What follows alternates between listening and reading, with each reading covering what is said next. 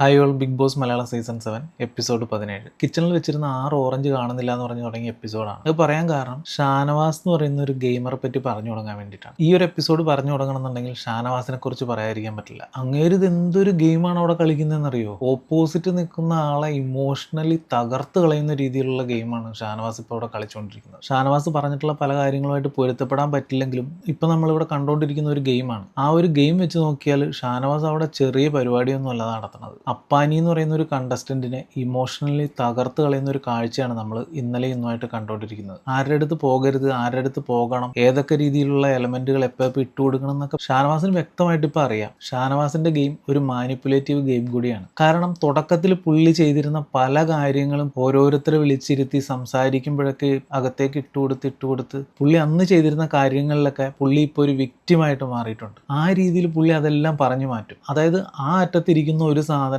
പുള്ളി പറഞ്ഞ് ഗ്രാജുവലി ഈ സൈഡിലാണ് ഇരുന്നിരുന്നതെന്ന് വരുത്തി തീർക്കും. അത് ഗംഭീര പരിപാടിയാണത്. ഇന്നത്തെ കാര്യം മാത്രം എടുത്താൽ ഷാനവാസാണ് ഇന്നത്തെ എപ്പിസോഡ് മാക്സിമം കൊണ്ടുപോയത്. ലൈവൊക്കെ കണ്ടവർക്കറിയാം, അപ്പാനിയൊക്കെ ഫുൾ ടൈം പുറകെ നടക്കുമായിരുന്നു. ആകെ തകർന്ന് തരിപ്പണമായി പോയിട്ടുണ്ട്. അവസാനം കാല് പിടിക്കാം, എന്നോട് ക്ഷമിക്കുന്നു വരെ അപ്പാനി ഷാനവാസിനോട് പറഞ്ഞു. അപ്പാനി ഷാനവാസിന്റെ അടുത്ത് പോയി സംസാരിച്ചതെല്ലാം സോൾവ് ചെയ്യാൻ ശ്രമിക്കുമ്പോൾ ആ ഒരു സീരിയസ്നെസ് വിടാതെ ഇപ്പം അത് സംസാരിക്കാൻ താല്പര്യമില്ല എന്നുള്ള രീതിയിൽ പുള്ളി ഒഴിഞ്ഞു മാറുമ്പോൾ, പുള്ളി ഒരു നടനാണല്ലോ, പുള്ളി അതിനകത്ത് ഇടുന്നൊരു ഇമോഷണൽ ഐറ്റം കൂടെ ഉണ്ട്. അതിനകത്തൊക്കെ അപ്പാനി ഇല്ലാതായി പോവാണ്. അപ്പാനി പലരുടെ അടുത്ത് പറയുന്നത് കേൾക്കാം, ഷാനവാസിന്റെ അടുത്ത് സംസാരിക്കാൻ ചെന്ന് കഴിഞ്ഞാൽ ഗെറ്റ് ഔട്ട് അടിക്കും.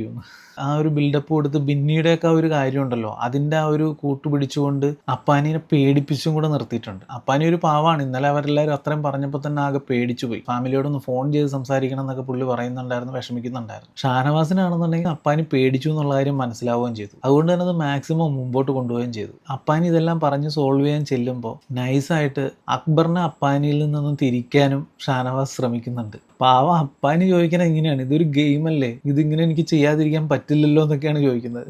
അതുകൊണ്ട് തന്നെ ഈ ഒരു ഗെയിമിൽ ഇങ്ങനെ മെന്റലി ടോർച്ചർ ചെയ്ത് ഒരു എതിരാളിയെ തകർക്കാൻ പറ്റുക എന്ന് പറയുന്നത് ചില്ലറ കാര്യമൊന്നുമല്ല. ഷാനവാസ് ഇന്ന് ഉടനീളം ചെയ്തുകൊണ്ടിരുന്ന ഒരു പരിപാടി അതാണ്. തുടക്കം തന്നെ പറഞ്ഞല്ലോ, 6 ഓറഞ്ച് കിച്ചണിൽ നിന്ന് കണ്ടില്ല എന്ന് പറഞ്ഞാണ് ഈ എപ്പിസോഡ് തുടങ്ങിയത്. അതിങ്ങനെ ചർച്ചയിലേക്ക് എത്തുമ്പോൾ ആരെങ്കിലും ഓറഞ്ച് എടുത്തിട്ടുണ്ടെങ്കിൽ അത് പറയണം എന്ന് പറഞ്ഞപ്പോഴാണ് ഓറഞ്ച് മാത്രമല്ല ചീസും ഹണിയൊക്കെ കാണാതെ പോയിട്ടുണ്ടെന്ന് പറഞ്ഞ് ഷാനവാസ് വന്നത്. അവസാനം ചർച്ച ചെയ്ത് വന്നപ്പോൾ ഷാനവാസാണ് ഓറഞ്ച് എടുത്തത്. ചീസ് എടുത്തതിന് റെനയൊക്കെ കുറ്റപ്പെടുത്തുന്നുണ്ട്. ഷാനവാസ് ഓറഞ്ച് എടുത്തതിനെ പറ്റി പറയാതിരിക്കാനാണ് ശ്രമിക്കുന്നത്. പക്ഷെ അക്ബറിന് അത് പിടികിട്ടി. അക്ബർ അത് ചോദ്യം ചെയ്തു. ഓറഞ്ച് എടുത്തോന്ന് ചോദിച്ചപ്പോൾ പറഞ്ഞില്ല, ഹണിയുടെയും ചീസിന്റെയും കാര്യമാണ് ആദ്യമേ എടുത്തിട്ടതെന്ന് അക്ബർ കൃത്യമായിട്ട് പോയിന്റ് ഔട്ട് ചെയ്തു. പറഞ്ഞ് ഡീൽ ചെയ്യാൻ നോക്കിയ ഒരു സാധനം അടുത്തൊരു തലത്തിലേക്ക് അക്ബർ കൊണ്ടുപോകുന്നു എന്ന് തോന്നിയ ഘട്ടത്തിൽ ഷാനവാസ് അവിടെ ശബ്ദം ഉയർത്തി സംസാരിക്കാൻ തുടങ്ങി. ആ ഒരു വഴക്ക് പിന്നെ എല്ലാവരും പിടിച്ചു മാറ്റി അതങ്ങനെ തീരുവാണ് ചെയ്തത്.